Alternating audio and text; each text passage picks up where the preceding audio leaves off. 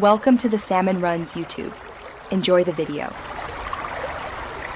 You start by making sure the watch has at least 50% charge and is unlocked. This prevents interruptions during pairing.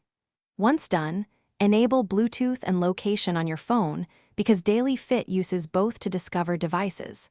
Open the Dailyfit app and sign in or create an account so your profile is ready. Now go to the app's devices or pairing section and tap Add Device. This first action tells Dailyfit to start scanning and prepares the app to accept the watch. Next, select your specific watch model in Dailyfit.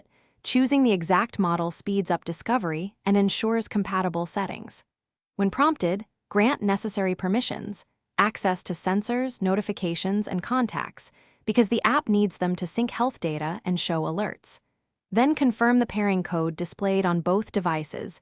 This secures the connection.